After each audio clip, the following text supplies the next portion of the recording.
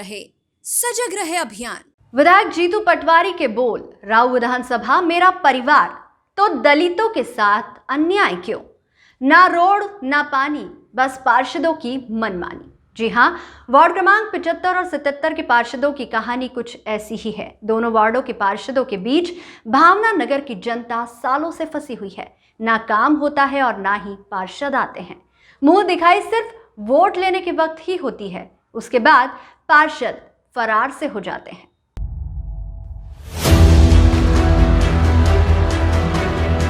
भाजपा के पार्षद और कांग्रेस के विधायक जीतू पटवारी के बीच तालमेल सिर्फ भ्रष्टाचार के लिए ही है। शायद इसी का गोलमाल भावना नगर वार्ड 75 और 77 में देखने को मिल रहा है। नमस्कार दोस्तों, मैं हूं यशवंत पवार, DJI न्यूज़ से। आज खड़े हैं हम राऊ विधानसभा में, जहां पर दो पार्षदों की लड़ाई के बीच में क्षेत्र रहवासी जो भावना नगर के, उन्हें क्या समस्या आ रही है आज उन्हीं से जानेंगे। आज कुछ महिलाएं भी हमारे साथ में। बताइए मैडम, क्या समस्या आ रही है यहाँ पर? किस प्रकार के पार्षदों की लड़ाई में जनता को सौगात नहीं मिल पा रही है? कम से कम यहाँ 20-22 साल से लोग जीत जीत के दोनों पार्टी के चले जाते हैं और आश्वासन दे के चले जाते हैं कि इस महीने में रोड बनेगा, उस महीने में रोड बनेगा। हर नेता करने जा जा के पूरी भावना नगर थक गई है। ना चेम्बर बन रहा है, ना रोड बन रही है। और जब भी हम लोग भावना नगर के लोग जाते हैं तो आश्वासन दे के हम लोगों को रिटर्न कर देते हैं। सारे भावना नगर हम लोगों को इकट्ठा होकर हम विनती करके कहते हैं कि यहाँ पर नेता आने से पहले हमारा रोड और चेम्बर ये बनना चाहिए, तो नेता लोग अंदर आएंगे, नहीं तो नहीं आएंगे। गंदगी है। कभी आपने इसकी शिकायत की? कम से कम 10 जगह शिकायत करी है, 10 जगह शिकायत करी है हम लोगों ने, कोई सुनवाई नहीं हुई। दोनों पट्टी के नेताओं ने हम लोगों के खाली मजे लिए हैं वोट लेने के लिए, बाकी काम कुछ भी नहीं करा है। वैसे तो विधायक जीतू पटवारी 12 महीने मंत्री भी रहे, लेकिन उनके विधानसभा के पार्षद हमेशा से ही निष्क्रिय रहे हैं। क्या कारण रहा है कि विधायक रहते हुए भी इनके कार्य कहीं नजर नहीं आ रहे हैं? भावना नगर की जनता सालों से परेशान है और इनकी परेशानी का जायजा लेने विधायक जीतू पटवारी की भी मुंह दिखाई नहीं होती। यहाँ पर देखिए, जब चुनाव आते हैं तो विकास के नाम पे जो वादे किए जाते हैं वो वादे निभाए नहीं जाते हैं। हम हमारा एक अमूल्य वोट देते हैं इसलिए कि हमारे नगर का विकास हो, पर यहाँ पर 12 महीने ड्रेनेज लाइन बहती रहती है, सड़क का कार्य हो नहीं रहा है, पूरी मूलभूत सुविधाएं नहीं उपलब्ध हो रही है। बरसात में किस प्रकार की समस्या है? बरसात में आपको दिखाएंगे कि कम से कम 1.5-2 फीट पानी भर जाता है। इधर आगे गहराई है, पानी की निकासी हो नहीं पाती, क्योंकि चेम्बोरी की जो क्षमता है वो लोड ले नहीं पाते हैं। चेम्बोरी के द्वारा कैसे पानी निकाले, कई बार तो हमारे घरों में पानी घुस जाता है। अभी आप देखेंगे कि आगे किस तरह से गंदगी और पानी, जो अभी बारिश आएगा तो वो फिर पानी भर जाएगा, फिर लोगों को परेशानी होगी। ऐसे हर साल ये समस्या बारिश में हमें इस परेशानी से भुगतना पड़ता है। गंदगी के अंबार में जी रही जनता अब परेशान है। जनता का कहना है भाजपाई पार्षद पुष्पेंद्र सिंह चौहान और पार्षद पुष्पा बसंत पारगी निष्क्रिय है और चुनाव के बाद उनकी सैर सिर्फ उनके एरिया में ही होती है। यहाँ उनकी मुंह दिखाई अब आने वाले चुनाव में ही होगी। यहाँ पर रह रहे हैं? मैं कम से कम 10 साल से यहाँ रह रहा हूँ। अच्छा, किस प्रकार की मूलभूत समस्या है यहाँ पर? समस्या ये है कि एक तो ये ड्रेनेज लाइन जो छोटी है, इसका आवेदन हमने प्रतिभा पाल जी को दे चुके हम, और वहाँ का प्रभारी है सुनील गुप्ता जी, उनको भी दे चुके हैं, बल्कि उसका कोई निराकरण नहीं है। और बल्कि कार्य करवाने के लिए बोलते हैं कि भैया 19 नंबर जाओ, 13 नंबर जाओ। ये मेन समस्या तो ये है। तो एक तो पहली समस्या ये है कि हम जाना कौन से जोन पे है वो मालूम पड़ने जाना चाहिए। और दूसरी बात है, जो आदमी आता है वो ये बात बोलता है कि पालीवाल महाराज आप शिकायत क्यों करते हो, पालीवाल महाराज आप उस जोन में रहते हो, 19 में रहते हो, 13 की शिकायत क्यों करते हो। बल्कि मेन समस्या है कि हम गंदीवाड़ा से यहाँ से निकल रहे हैं, बड़ी समस्या है। एक सूअर मरने के बाद 8 दिन तक शिकायत रोज़ करी, बल्कि कोई अधिकारी आके नहीं देगा। और इस नाले को इन लोगों ने एक बंद कर रखा है आगे, जो कि गए साल भी अब हमारा पानी घरों में भरा है, कम से कम 300 घरों में पानी भरा है। और दूसरी कोई निकासी है क्या है? कोई निकासी नहीं है। यह संस्था द्वारा एक नाला जो कर रखा है इन्होंने, बिल्कुल बंद कर रखा है, एक नाला छोटा पाइप डाल के। और हमने गए साल उनको बुलाया था, मंत्री महोदय से बुलाया इसको कि भाई साइड में करो, तो भी कुछ भी नहीं हुआ। और दूसरी मेन समस्या ये है कि जो इन्होंने संस्था द्वारा जो ये रोड बंद करा है, जो हमने इस प्रकार विरोध करा, पुलिस ने लाठीचार्ज भी करा हमारे खिलाफ के भैया इनको साइड में करो। और तहसीलदार महोदय आए थे खुद, और उन्होंने ये बात करी थी कि हम 3 महीना बाद कोविड सेंटर है और हम इसको खोल दिया जाएगा। तो 3 महीने तो वो निकल गए और 6 महीने ये निकल गए, अभी तक कोई गेट खुला नहीं है। और दूसरे गेट पे भी इन लोगों ने इस प्रकार से वो नहीं कर रखा निर्माण जो करना चाहिए, और उसी जगह को यहाँ से ही बंद कर दिया, भावना नगर से बंद कर दिया, हिम्मतनगर से ही बंद कर दिया। इन्होंने वो पूरा रास्ता जाम करके और संस्था द्वारा ये कॉलोनी का रोड बंद कर दिया गया है। ड्रेनेज हो या फिर सड़क या फिर हो बिजली, कोई सुविधा भावना नगर में नहीं है। ड्रेनेज लाइन से जनता इतनी परेशान है कि बारिश आने पर 3 फीट पानी से जनता को गुजरना पड़ता है। तो बहुत सारी समस्या है भावना नगर में, जैसे यहाँ की जनता ने बताया ही है आपको।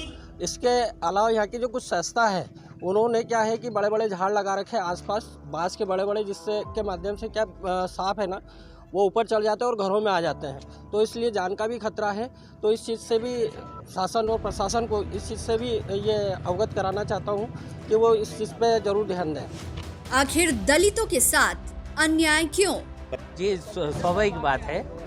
मैं अखिल भारतीय भलाई समाज का महानगर का अध्यक्ष हूँ और मुझे जहाँ तक अवगत हुआ है कि ये दोनों पट्टियाँ हैं दलित बस्ती है।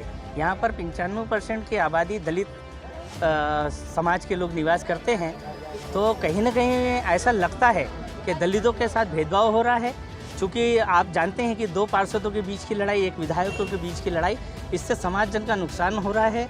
और कहीं से पता चला कि शासन की एक योजना है कि यदि दलित बस्ती में 75% तो ऑलरेडी सरकार सहायता करती है, तो क्या 25% का धनराशि जनप्रतिनिधि मिलाकर क्या इस बस्ती का विकास नहीं कर सकते? तो मैं तो यही मानता हूँ कि कहीं ना कहीं दलितों के साथ अन्याय हो रहा है। जय भीम। मेरा परिवार बोलने वाले विधायक जीतू पटवारी के बोल क्या सही में विधानसभा के परिवार के साथ है, या ये बोल सिर्फ बोलने के लिए है? ये जो भावना नगर जो बस्ती काफ़ी पुरानी बस्ती है, तो यहाँ पर पूर्व जो कलेक्टर थे आदित्य जोगी जी, उनके शासनकाल में कांग्रेस के ज़माने में ये कॉलोनी बसी थी। और हमारे यहाँ पर एक हमारा शमशान घाट था जो शिव पार्वती नगर है, वहाँ पर था। तो वहाँ पर भी भूमाफियाओं ने, कभी आप एक बार जाकर विजिट करेंगे तो भूमाफियाओं ने वहाँ पर भी कॉलोनियाँ काट दी हैं, उसको पूरा प्लेन कर दिया है। शमशान की कोई जगह नहीं। यहाँ से कभी हम देखें तो यहाँ से हमें काफ़ी दूर, मतलब जब भी मृत्यु होती तो वो ले जाना पड़ता है। और साथ ही साथ शमशान तो ठीक है सर, हमारे यहाँ पर जब किसी व्यक्ति विशेष की किसी परिवार में मृत्यु होती तो उन्हें हमें पानी में, यानी कि जो मल मूत्र जो रोड पर जो बहता, उनकी डेड बॉडी को हमें उस मल मूत्र में ईंटें नीचे लगाकर उनकी जो होती है मतलब आरती, उसको हम क्या उसके ऊपर, मतलब ये हमारे लिए भी काफ़ी शर्म की बात है। और यहाँ के जो जनप्रतिनिधि हैं, साथ ही साथ जो ये जो पूरा जो क्षेत्र है राव विधानसभा क्षेत्र में आता है, मैं नाम भी बता दूं, मुझे किसी नेता से डरना नहीं, क्योंकि मैं किसी पार्टी पॉलिटिक्स का समर्थन नहीं करता हूं। कांग्रेस के विधायक हैं जीतू पटवारी जी, जो अपने विधानसभा को बोलते हैं राव विधानसभा मेरा परिवार, लेकिन इस परिवार के लोग इतने परेशान हैं, उन्होंने एक बार भी यहाँ पर झाँक कर नहीं देखा। दूसरा अपन बोलें बीजेपी, तो बीजेपी के 2 पार्षद हैं, और अभी तो हालांकि सोचे कि उनका कार्यकाल शून्य हो गया, चलिए अभी शून्य हो गया, लेकिन भैया इसके पहले आप क्या सोए थे जब आपका कार्यकाल, जब आपके पास सब कुछ था? जैसे अपन बीच में देखे तो सत्ता परिवर्तन हुआ था, बीच में 15 महीने की सरकार आई थी कांग्रेस की, तो उन्होंने भी कुछ नहीं किया, बड़े बड़े वादे करके निकल जाते हैं। और साथ ही साथ बीजेपी ने भी काफ़ी सालों तक राज किया, अभी सत्ता परिवर्तन हुआ तो बीजेपी का शासनकाल हुआ, लेकिन आप देखेंगे ना सर, तो इस कॉलोनी में कोई भी जनप्रतिनिधि नहीं आता है। और यहाँ पर दो झोन लगते हैं, झोन 19 और झोन 13।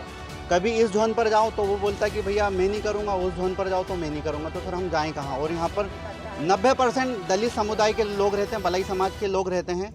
कभी शासन प्रशासन ने हमारी बातें नहीं सुनी, तो हम दलित समुदाय, हमारे जो राष्ट्रीय अध्यक्ष मनोज परमार जी, उनके मार्गदर्शन में उग्र आंदोलन करेंगे। और इसकी पूर्ण जिम्मेदारी जो यहाँ के जो जनप्रतिनिधि हैं और यहाँ के जो नेता हैं और जो अधिकारी, उनकी रहेगी। और साथ ही साथ यहाँ के जो लोकल लीडर हैं, उन लोकल लीडरों से भी मेरा अनुरोध है कि देखिए, आप पार्टी पॉलिटिक्स में ना जाएं, आप कॉलोनी के विकास में साथ दें, नहीं तो आने वाले समय में इस कॉलोनी के लोग भी आपका साथ छोड़ देंगे। कुछ संस्थाओं से भी जनता हो रही है परेशान। वहाँ के कुछ ऐसे कॉलोनाइजर जिन्होंने वहाँ कॉलोनियाँ काटी है, उससे भी भावना नगर की जनता परेशान है। जनता ने पूर्व मंत्री जीतू पटवारी से भी गुहार लगाई, पर मंत्री बनने पर भी विधायक कुछ नहीं कर पाए। सर, जैसा कि मैं यहाँ का नागरिक हूँ, और ऐसा है कि जो प्रतिनिधि है वो अपने अपने स्तर से काम करते हैं। उनके लिए क्या नया वार्ड है, नए काम है, नई चुनौतियाँ, तो उनको भी अपने अपने स्तर से चुनौतियों का सामना करना पड़ता है। कुछ काम होते भी है, कुछ काम नहीं भी होते, लेकिन प्रशासन का इस ओर ध्यान नहीं है। जो कि प्रशासन तो हमेशा बने रहते, स्थायी रहते हैं, मतलब इनका ट्रांसफ़र होता है, दूसरा आ जाता है, लेकिन ये जो प्रतिनिधि होते हैं, पार्षद होते हैं, विधायक जी होते हैं, ये आते हैं जाते हैं, कोई इनका ये नहीं निश्चित नहीं है, अपने अपने स्तर से काम करते हैं। लेकिन सरकार की जो भी योजना है उस योजना का जनता जो है वो भी उसका उपयोग नहीं करती। जैसे नगर निगम ने 311 ऐप्स डाउनलोड करने के लिए कहा है, अगर उसका उपयोग करे और हर प्रत्येक व्यक्ति अपने घर का चेंबर और स्ट्रीट लाइट की जिम्मेदारी ले ले कि मेरा चेंबर चौक होता है, मैं कंप्लेन करूंगा और स्ट्रीट लाइट में 2 कंप्लेन करूँगा। अगर हर व्यक्ति हर एक घर से जिम्मेदारी ले तो मेरे को नहीं लगता कि भावना नगर का विकास होने से रुके। थोड़े जनता को भी ये करना, और विधायक तो आएंगे जाएंगे, कुछ नहीं, वो अपनी राजनीति करे, लेकिन जो जनता है इनको अपना काम करना है। आखिर कब तक गुहार लगाती रहेगी भावना नगर की जनता? कब होगा इनकी समस्याओं का निराकरण? कब जागेगा प्रशासन? कब आएंगे विधायक जीतू पटवारी? और क्या जनता अब इन निष्क्रिय पार्षदों को चुनेगी या फिर इस बार जनता किसी अन्य को मौका देगी? अब देखना ये होगा कि जनता की इस गुहार का कब तक होता है निराकरण। डिटेक्टिव ग्रुप रिपोर्ट के लिए इंदौर से यशवंत पवार की रिपोर्ट। ये थी हमारी खबर। और आइए सतर्क रहे सजग रहे अभियान को जन गण मन तक प्रसारित और पल्लवित करने वाली हमारी संवाद और सहयोग की पत्रकारिता से जुड़िए। Detective group report news channel को लाइक, शेयर और सब्सक्राइब कीजिए।